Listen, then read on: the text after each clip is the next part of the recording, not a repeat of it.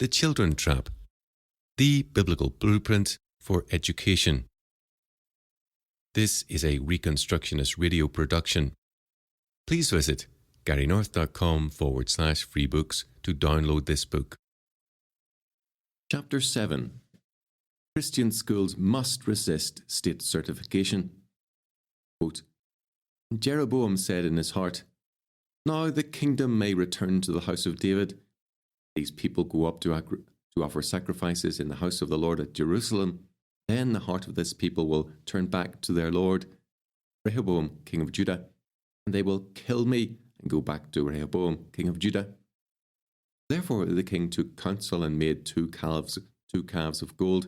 And he said to the people, "It is too much for you to go up to Jerusalem. Here are your gods, O Israel, which brought you up from the land of Egypt." And he set up one in Bethel, and the other he put in Dan. Now this thing became a sin, for the people went up to worship before the one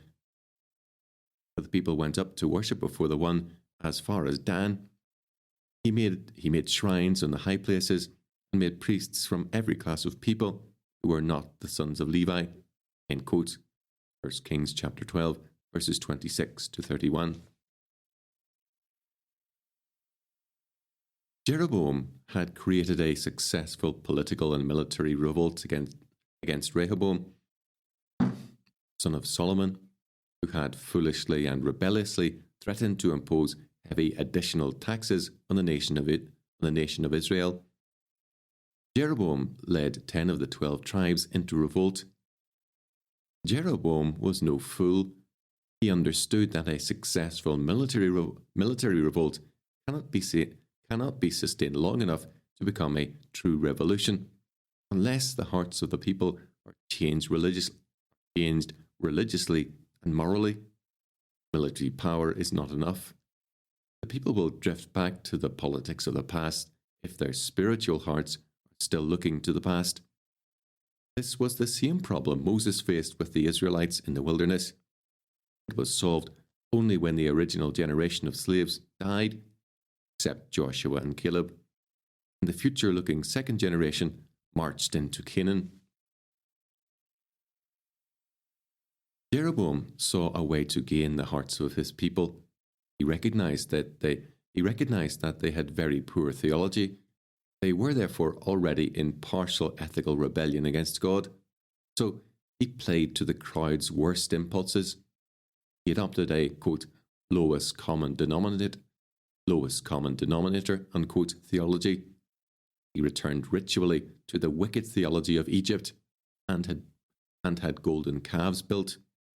These, he said, had delivered them from Egypt. The public bought it. They wanted to believe it, and he made it easy for them. He built a new system of corrupt worship in order to solidify his own political power, like the dog that returns to its vomit. 2 Peter chapter 2, verse 22. So did the people of Israel return to the corrupt theology of the wilderness rebellion. The original philosophers of the humanist public school movement hated Christianity. They knew it was their purpose. They knew it was their supreme enemy. But they also knew that most Americans were Christians. Their incredibly successful strategy was to adopt the model of Prussia's anti-Christian Hegelian state school system. Officially neutral religiously,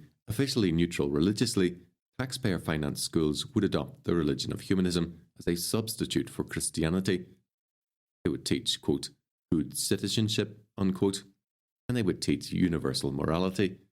They would not discriminate against anyone's religion.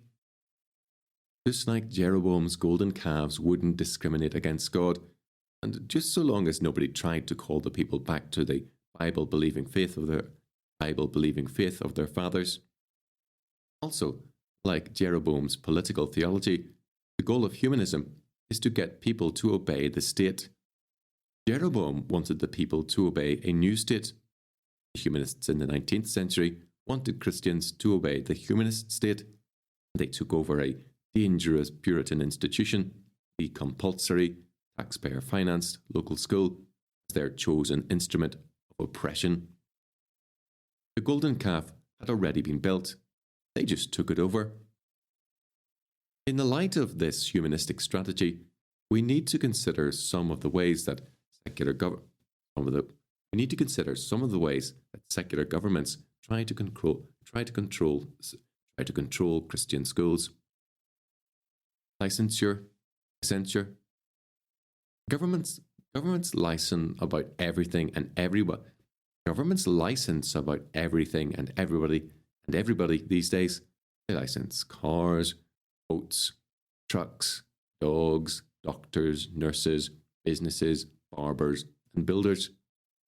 About the only groups not licensed are cats and clergymen, both of which put up too much fuss to make it worthwhile. Would you go to an unlicensed physician for heart surgery? After reading a recent Wall Street Journal article, I'm not so sure I would go to one who was licensed. It seems there are some quacks in the profession who have managed, one way or the other, to get a license. What I would like to have is a statement from a legally liable private insurance company that a particular physician is insured by them. They have a direct incentive to make sure the people they insure are competent. There are quacks in every profession, and they can cause you a lot of harm. I read about a man who was run over by an unlicensed driver in an unregistered car. I have read far more accounts of persons being run over by licensed drivers in registered cars.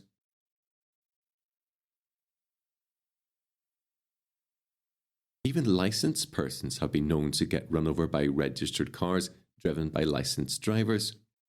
To make matters worse, government officials have been known to have accidents in government-owned vehicles. No, I'm not trying to make fun of anybody.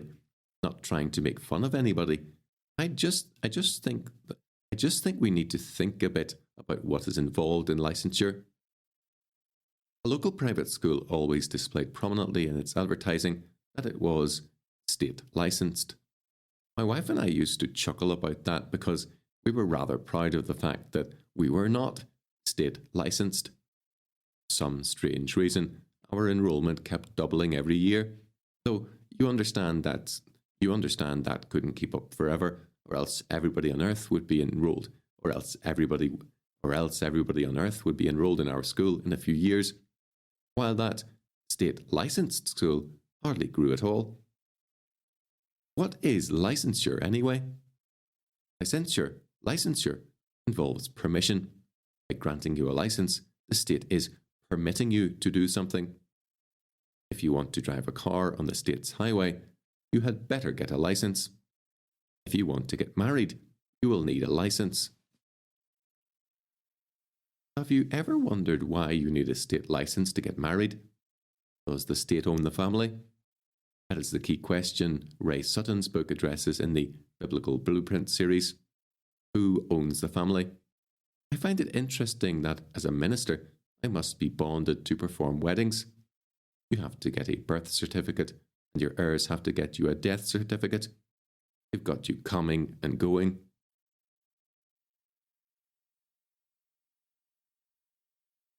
The Sullivan case. When a school is licensed, the state is saying it has permission to exist. Pastor Everett Sullivan of Faith Baptist Church in Louisville, Nebraska, was tossed into jail in 1983 because he was running a church school without a license from the state. Why didn't Sullivan get a license? He refused licensure because an important principle was at stake. To take a license from the state meant that Pastor Sullivan agreed that the state had the right to permit the school to exist. In Sullivan's case, it was more than the school. The school was a ministry of the church. The state of Nebraska was saying that it had the right to license a ministry of the church. It was only the outrage of Christians all over the United States that pressured the state to repeal all laws infringing upon parental choice in schools. The videotape Videotape footage of the sheriff taking Sullivan to jail mobilised the Christians when it was shown on Christian television shows and in churches. Even the humanist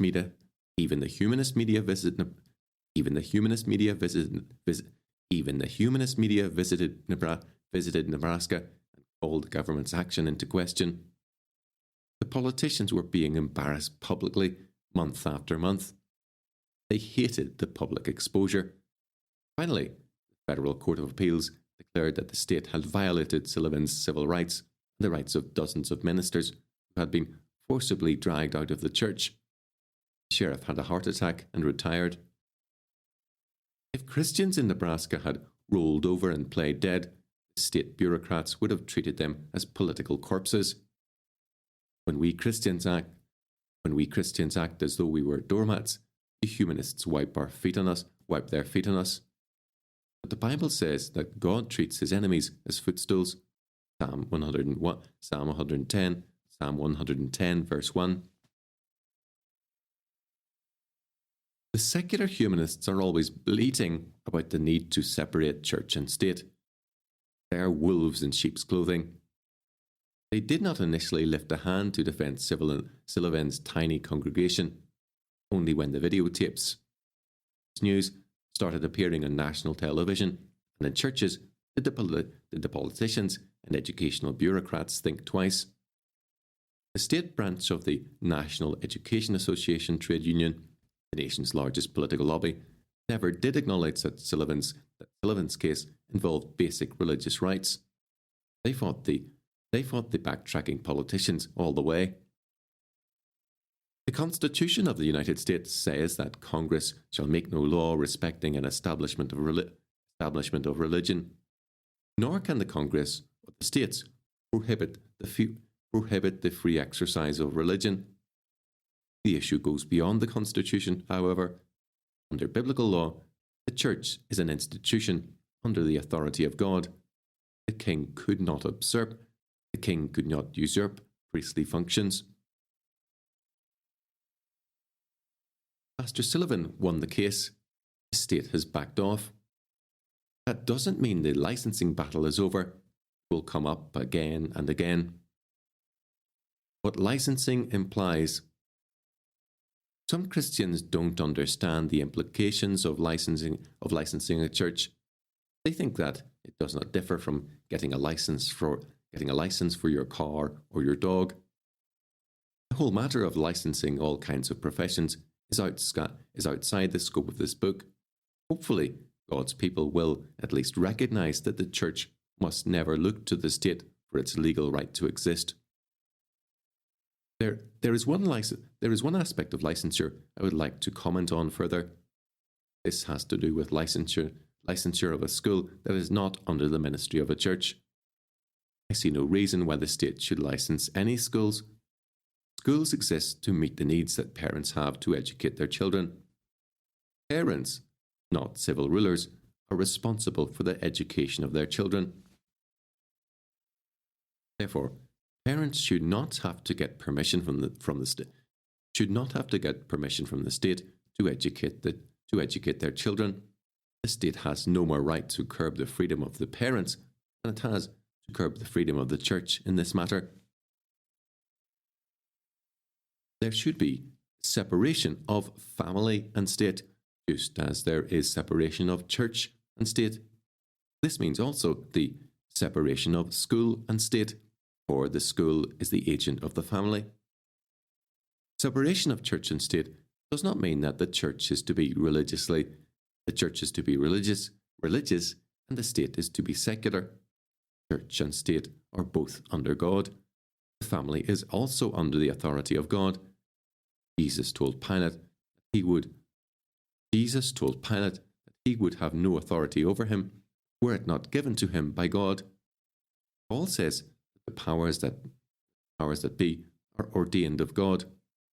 The three basic institutions are family, church, and state. They each have spheres in which they are to operate. They have separate functions, but each is to be under God. The civil government does not need the permission of the church to execute murderers. The church does not need the permission of the state to proclaim the gospel. The family does not require the permission of church or state to instruct children. When church or state tries to assume the prerogatives of God and control all of society, we are headed for tyranny. God would have us live in freedom under Jesus. God would have us live in freedom under Christ. Jesus Christ is God. He is Lord. He gives us permission to educate our children. We don't require a license from any civil ruler. Accreditation. Quote, I believe in God the Father Almighty, maker of heaven and earth, and in Jesus Christ, his Son. End quote. These are the familiar words of the Apostles' Creed. Apostles' Creed, known by Christians everywhere. In the Latin from which the creed is translated, the words, quote, I believe, end quote, are expressed in one word. That word is credo. Our word creed comes from credo. The creed is a statement of what we believe. Some other familiar words have their root in credo. They are credit, creditor, and accredit.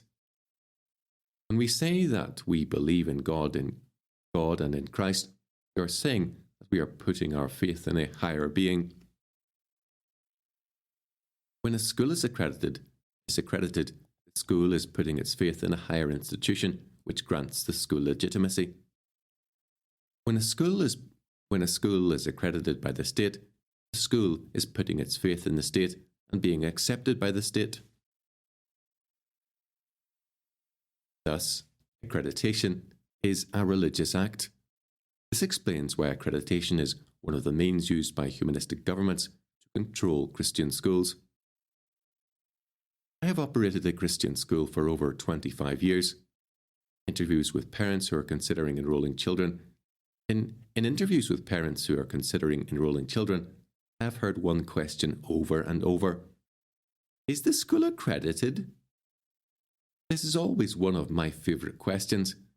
I was always proud to say, no, we are not accredited, and we have no desire to be accredited. These parents have been attracted to the school because we had established a good reputation in the community. Naturally, they were puzzled at my response. Many did not ask the question. Perhaps they just assumed we were accredited. Why did these parents ask about accreditation? Primarily, I believe, because they had heard repeatedly that good schools are always accredited. Some think that if the school is not accredited, the students will not be accepted if they transfer to the public schools, or that they, quote, won't be able to get into college, end quote.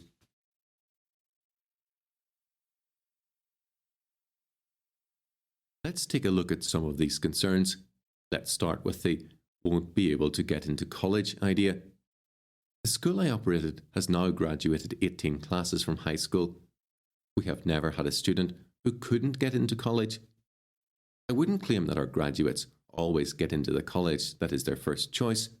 Then again, I don't know any school that could make that claim. One of the most interesting experiences we had was with our first graduate. She was not only our first graduate, she was our only graduate that year. She had barely turned sweet 16 before she was graduated. She was valedictorian, top student of her high school class, of course. She also ranked last in her class. It depends on how you look at it. Anyway, she enrolled in a branch of the University of Virginia. The following year, we had twice as many graduates. One of them enrolled in the same branch of the University of Virginia. Then the second one applied there. At that point, I got a phone call from the admissions office. Mr. Thoburn, what are you doing about accreditation? Nothing. Why? Was my quick reply. Well, we have an application here from one of your students, and I noticed that your school is not accredited, she explained. We have one of your we have one of your students here now. She is doing very well, but we can't take any more. We aren't allowed to take students from non-accredited schools. I pointed out that the student who was applying had done quite well on the college entrance examination. She admitted this was the case, but it didn't matter.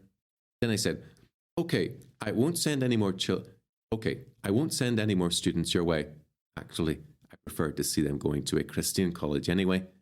I'm thinking about starting my own college." I was too. This obviously got to her. The next morning I got another call from her. "We took this up with the Dean and the admissions committee. We've decided to consider your graduates on an individual basis." Yes, I'm not very bright. I thought all students were considered on an individual basis.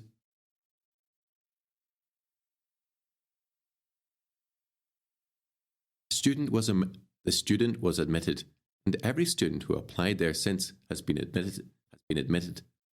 The fun thing about this whole episode was that our first graduate finished her course at this college at the ripe old age of 20, and she was the valedictorian of her college class, numbering over 400 students. Of course, from their point of view, they also got what they wanted. I never did start a college.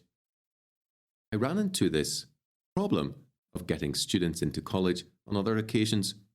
Every time the student was admitted, but every time the student was admitted.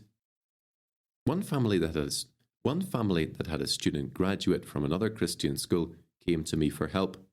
The United States Army wasn't going to take students from non-accredited schools. We worked that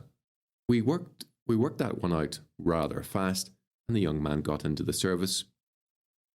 Now we are finding that the colleges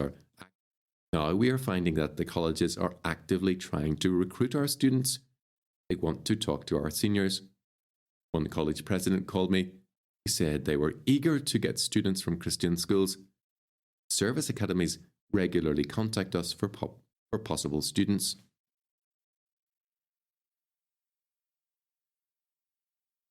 If we Christians operate excellent schools, we don't need to worry about our children getting into college. The colleges that are worth attending will appreciate young people who are interested in something other than beer and pot. I remember visiting prestigious Stanford University at the time of the student riots in the late 1960s. It looked as though it had been bombed out. Broken windows had been boarded up. It was a war zone.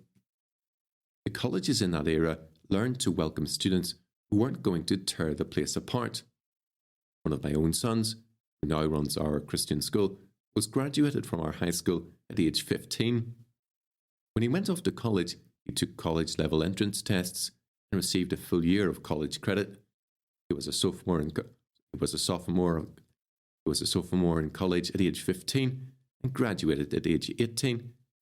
One of his complaints about college was that the students were immature.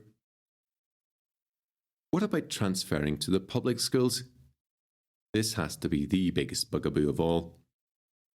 We have found that our students are often put ahead of full grade when they transfer. On the other hand, we often have to put them back a grade or 2 grades when they transfer to us from the public school. We need to realise that the government schools want every child they can get their hands on.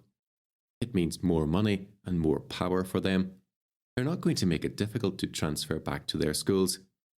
All they want to do is to create the impression that this is some kind of problem, so parents don't opt out for Christian schools in the first place. Is there any danger in accreditation? If a school feels accreditation is really important to them, I recommend joining with other like-minded schools and having a private accrediting agency. There is danger in getting state accreditation, or in being accredited by a private organisation that has a humanistic philosophy. state accreditation involves state control. Furthermore, we should not want humanists passing upon the standards of our schools. The accrediting agency is going to influence, in a subtle manner in many cases, the curriculum, the educational philosophy, teacher qualifications, and other aspects of the school. The requirements for accreditation may appear to be very reasonable and consistent with the school's standards. The difficulty may arise when the requirements are changed. The new standards may be totally unacceptable. Then the school must accept them or, quote, lose its accreditation, unquote. In the public mind, it is a terrible thing for a school to lose its accreditation. It is better never to have it. It is better never to have had it It is better to never have it. It is better to never had it in the first place. Accreditations can work hardships upon a school. In Holland, Michigan, many years ago, the Christian schools were told that they must have shop and home economics to be accredited. The schools wanted neither because they felt this was being handled adequately at home. Requiring such courses can be expensive, not to mention that time is taken away from teaching the basics. Understand also that these schools were run by Dutch background churches. Holland, Michigan. These people were very often farmers. Their churches were filled with skilled craftsmen. Dutch owned Michigan manufacturing companies had and still have excellent national reputations for high quality production. These people did not resist the idea of shop courses because they had no respect for craftsmanship. They just knew that students could learn such skills better in the local community in profit-seeking businesses. What the students needed to learn in school were the intellectual skills that are normally only available from trained teachers. Accrediting agencies might require a lower teacher-to-pupil ratio than is necessary for effective teaching. This would raise the cost of education without enhancing quality. The result would be that some students could not afford to attend the Christian school. A law school in Northern Virginia was established by Christians. It had biblical ethics as its basis. The school was refused accreditation by the American Bar Association. As a result, the students couldn't take the bar exam. They couldn't take the bar exam. They couldn't practice law. Thus, a chain of control was set up. The reason given for not accrediting the law school was that the American Bar Association was opposed to freestanding law schools. The law school needed to be merged with a college or university. The school knuckled under and merged with a state university. Needless to say, it is no longer a Christian law school. I suspected all along that the Bar Association's real reason for not accrediting the law school was its Christian roots. Not long after this, Oral Roberts University had difficulty getting its law school accredited.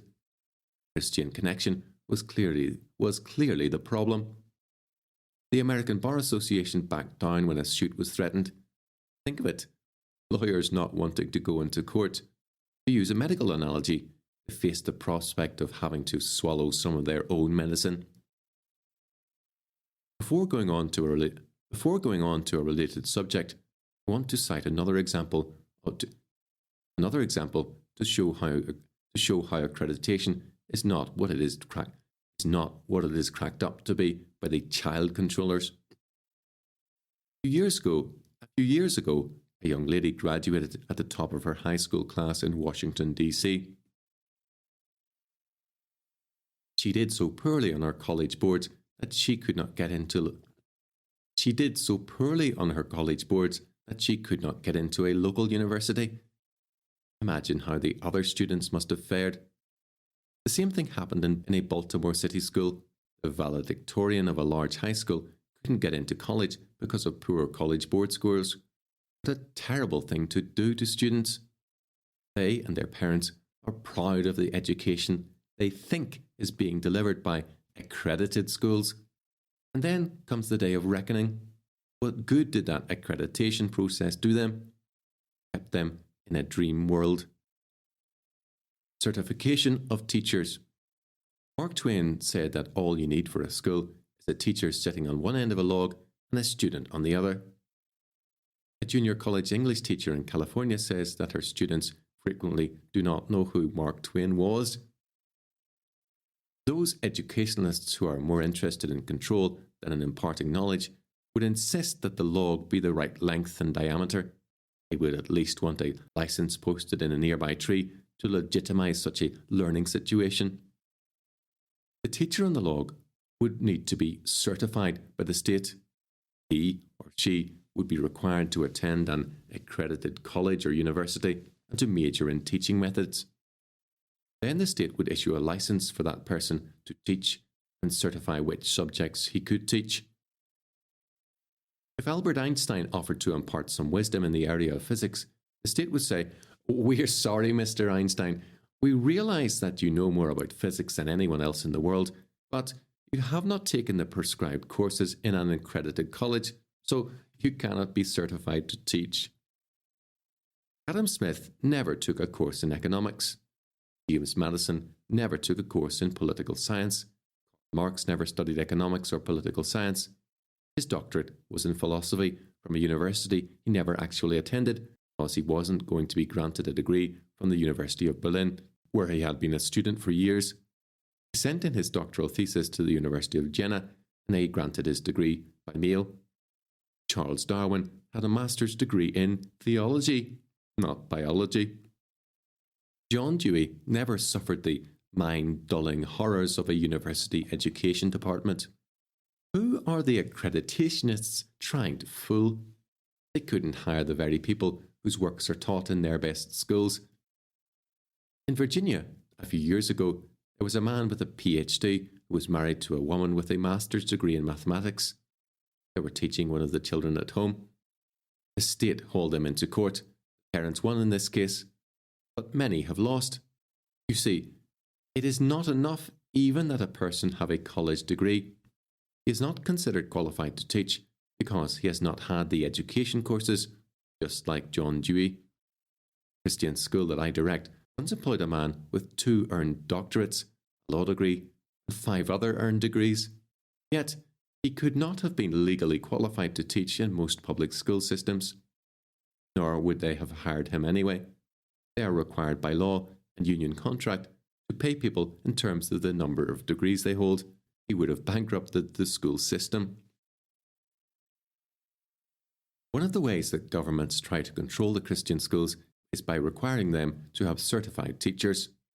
To be certified, the teachers have to sit through 4 years of dreary methods courses in some college approved by the government. In these courses, they are indoctrinated in humanist philosophy. My wife took such a course. She was fed the secular ideas of our old philosopher friend, the atheist and socialist John Dewey. The college she attended, incidentally, was a church-related one. So don't assume that humanism is only in state schools. After 4 years of this stuff, my wife was certified to teach. First year in a public school was almost a disaster. She taught kindergarten in Connecticut. They didn't want anything of substance taught in kindergarten. As a result, kids were bored and restless by the end of the first semester. I can't imagine a more conscientious teacher than my wife. She had 2 kindergarten classes at that school, one in the morning and the other in the afternoon. The summer before school started, she personally visited every child at his home. She is a superb teacher, but the prescribed program of the government schools just doesn't work. After 1 year in the state schools, my wife devoted all her life to Christian education. She found that she had to unlearn everything she learned at college. She has been developing successful curriculum materials ever since. My wife and I started our own school.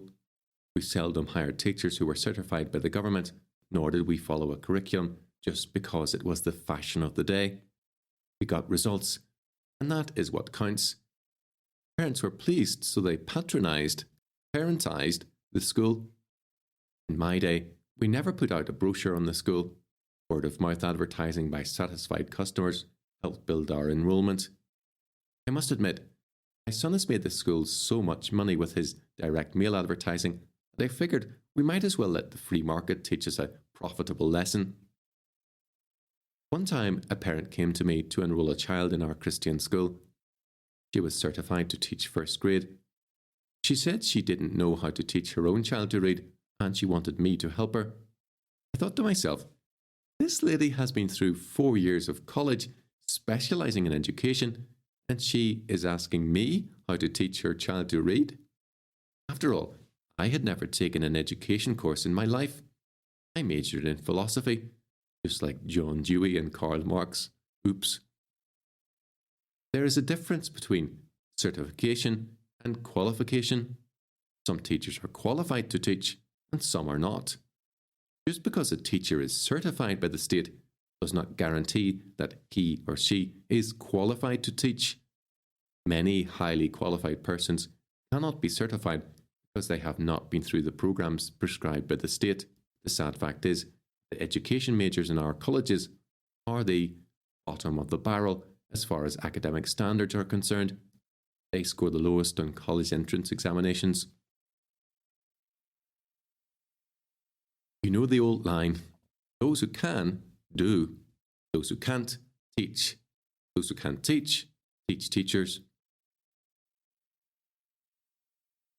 The public school is becoming more aware of the poor teaching that is going on in the government schools. Pressure is being put on the politicians to require competency tests for teachers. Merit pay for teachers is also being advocated. The teacher unions have fought both ideas, although even they are reluctantly admitting there are serious problems in the profession. Teacher unions have job security as a high priority. Competency tests might weed out some of their members. As for merit pay, by definition, only a minority of teachers will qualify. The majority who don't qualify will always outvote the minority in the teacher unions. Summary: the war against the Christian schools is a continuation of humanism's attack on Christian morality and the family. When they kidnap most children through the public schools, a few children begin to slip out of their control. The humanists have used various methods and strategies to regain at least partial control over private schools. The parents should make the final decision. They need to consult others for guidance, but in any case, state accreditation gives them no important information, with one exception. It tells them that the school's administration has capitulated before the state. This is negative information, not positive. If Christian parents want independence from the state, they must pay the price financially. They must also pay the price in terms of the world's so-called honours, such as accreditation and certification of teachers. Parents should not use the state's criteria as screening devices. Our goal is to escape the humanist state, not get it to approve of what we are doing, let alone license what we are doing.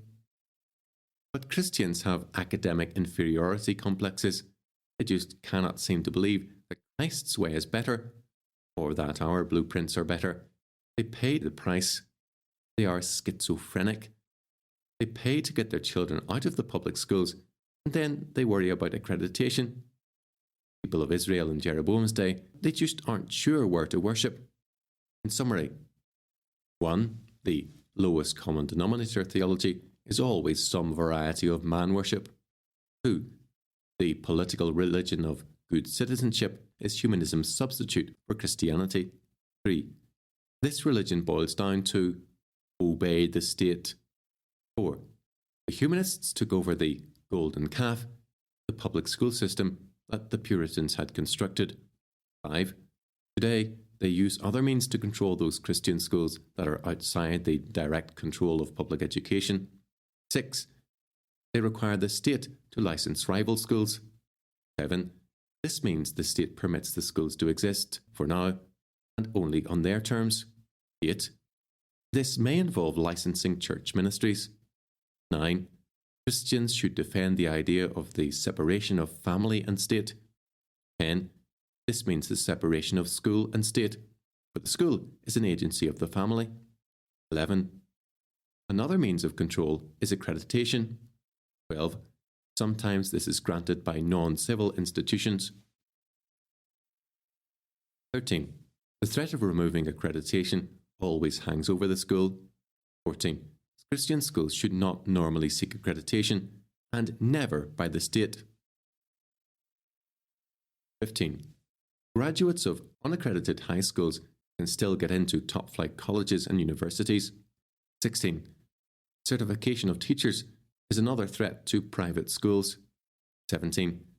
The founders of humanist philosophy themselves could not have taught as state-certified teachers. The Reconstructionist Radio Podcast Network brings to you a complete lineup of podcasts where you will hear practical and tactical theology. Our desire is not simply that you consume our shows, but that you also live out your faith in every area of life. We can talk all day long about these things, but if we fail to put them into practice, then we fail as ambassadors of Jesus Christ, our King. Subscribe now to your favorite Reconstructionist Radio Podcast Network shows, or you can subscribe to the Reconstructionist Radio Master Feed, where all of the content we produce, including the audiobooks and audio articles, will pop up as soon as they are available. And don't forget to visit reconstructionistradio.com to volunteer as a narrator or to partner with this ministry financially. May the Holy Spirit stir you into action for Christ and His kingdom.